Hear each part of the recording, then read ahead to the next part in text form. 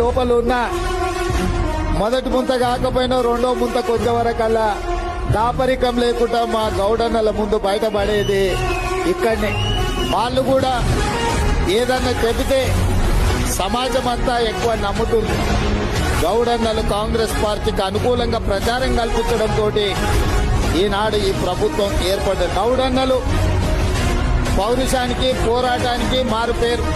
సర్దారు సర్వాయి పాపన్న నుంచి మొదలు పెడితే ఈ ప్రాంతంలో ధర్మభిక్షం పేరు తెలియని వాళ్ళు లేరు. బాలాగౌడ్ నుంచి మొదలు పెడితే మహబూబ్ నగర్ జిల్లాలో ఉన్న మోహన్ గౌడ్ వరకు ఉండగా నిలబడ్డ నాయకులు.